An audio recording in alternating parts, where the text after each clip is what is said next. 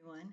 Today I'm going to share a column that I wrote in October 1987, The Joys of Farming. It was a real good day. A warm fall sun shining in a blue sky, dotted with puffy white clouds, can't do anything but invigorate a person. Add to that bright fall colors and the sound of grain being harvested, and a farmer's good feelings all multiply tenfold. That's the way it was the weekend our soybeans were harvested. Pure joy. The stimulation received from watching all those round beans come out of the field overpowered the minor mishaps of the time.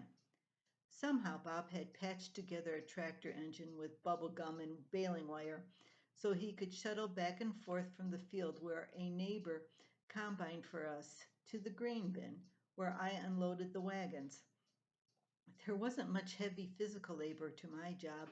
The machines took care of that. I just had to make sure the grain moved out of the gravity box wagons through a short auger into a cleaner, then into a large auger where they traveled up into the bin. Minor work, but much needed. Since the rumbling borrowed tractor operated the hydraulic motor for one auger, and the other auger clattered noisily, I couldn't hear the geese flying overhead. But that didn't stop me from looking away from my machines to see those honkers floating by. One feathered distraction took my attention for no more than half a minute, but in that half a minute, both augers blocked up. That's when the physical work started because then I had to shovel soybeans before the augers would turn again. But I didn't even mind the shoveling. I even began humming as I worked. The day was just too fine to waste on minor distractions.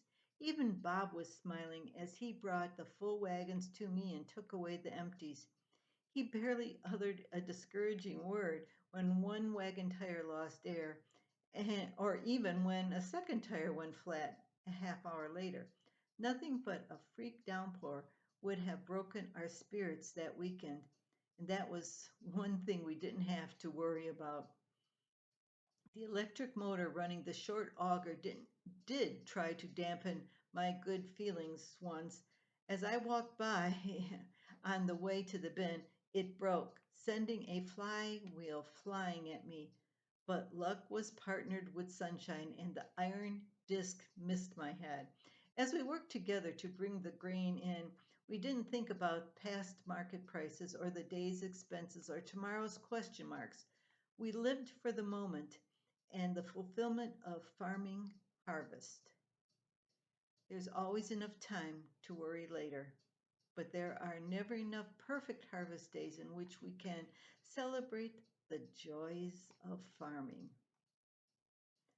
There were many days like that when things went right, and then it was so good that when things went a little bad, it didn't matter. We just fixed them, or Bob did anyway.